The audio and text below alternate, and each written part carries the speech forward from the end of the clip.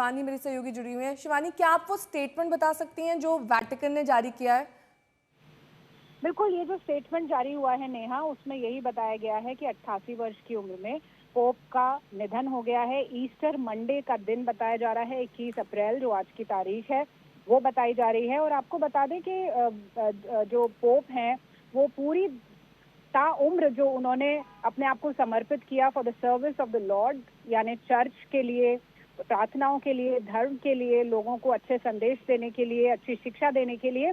और इसीलिए अचानक से उनका चले जाना वाकई में लोगों को हैरान कर रहा है, क्योंकि जिस तरह से आप बता रही थी और ये संदेश भी हम दिखा रहे हैं कि कल की जो उनकी तस्वीरें थी जिसमें वो जेडी वैंस से भी मिलते हुए दिखाई दे रहे हैं और उन्होंने अचानक से लोगों को सरप्राइज दिया था, ईस्टर के मौके पर एक संदेश दिया, हैप्पी ईस्टर कहा, उनको विश किया।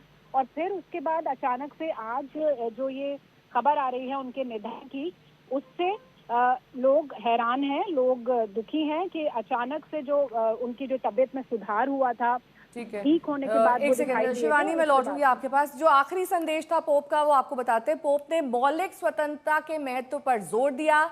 उन्होंने कहा कि धर्म की स्वतंत्रता, विचार की स्वतंत्रता, अभिव्यक्ति की स्वतंत्रता और दूसरे के विचारों के सम्मान के बिना शांति नहीं हो सकती। और जैसा कि संवाददाता शिवानी भी जानकारी दे रही थी, वो जेडी वैंस से कल ही उन्होंने मुलाकात की थी, एक दूसरे को बधाई संदेश दिया था, ईस्टर की शुभकामनाएं दी थी। और साथ ही पोप ने हमेशा लोगों से ये अपील की थी और कहा था कि मैं हमारी दुनिया में राजनीतिक जिम्मेदारी वाले पदों पर बैठे सभी लोगों से अपील करता हूं कि वो डर के तर्क के आगे न झुके, जो दूसरों से अलगाव की ओर ले जाता है, बल्कि जरूरतमंदों की मदद करने, भूख से लड़ने और विकास को बढ़ावा देने वाली पहलों को प्रोत्साहित करने के लिए उपलब्ध संसाधनों का उपयोग करें। ये शांति के हथियार हैं, वो हथियार जो मौत के बीज बोने के बजाय भविष्य का निर्माण करते हैं। शिवानी मेरी सहयोगी जुड़ी हुई हैं तमाम जानकारी के साथ।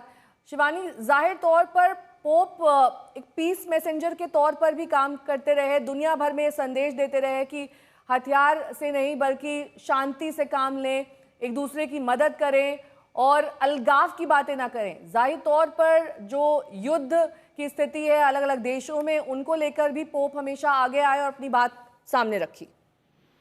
बिल्कुल नेहा, पोप लगातार शांति का संदेश देते रहे। ताउम्र उन्होंने न सिर्फ चर्च में सर्विस की बल्कि लोगों में शांति और सद्भाव, प्रेम के संदेश उन्होंने दिए।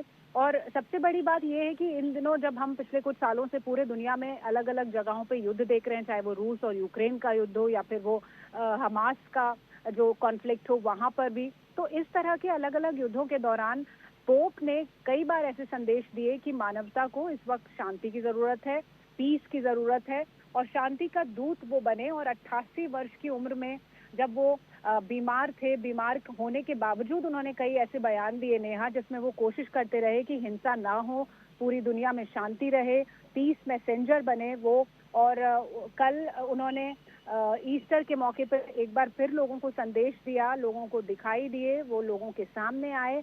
और आज अचानक उनकी मृत्यु का जो संदेश आया है, उनके निधन का जो संदेश आया है, उससे पूरी दुनिया काफी स्तब्ध है, शोकाकुल है। और हो सकता है कि कुछ देर में कुछ और दो तस्वीरें हम अपने दर्शकों को दिखा रहे हैं जिसमें 88 साल के पोप व्हीलचेयर पर बैठे हुए दिखाई दे रहे हैं। ये ईस्टर के मौके की तस्वीर है और दूसरी तस्वीर में वो उपराष्ट्रपति जेडी वैंस के साथ मुलाकात कर रहे हैं। इस मुलाकात में भी एक दूसरे को बधाई देते हुए ईस्टर की वो दिखाई दे रहे हैं।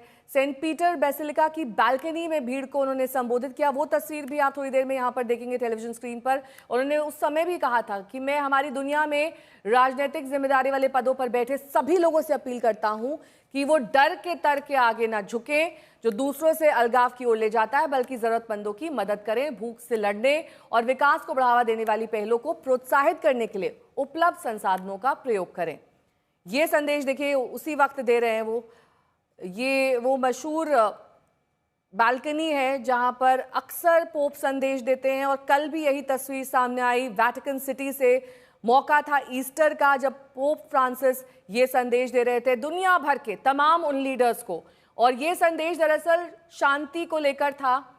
और कल ही उन्होंने जेडी वैंस से मुलाकात की, वो तस्वीर भी आपके सामने है।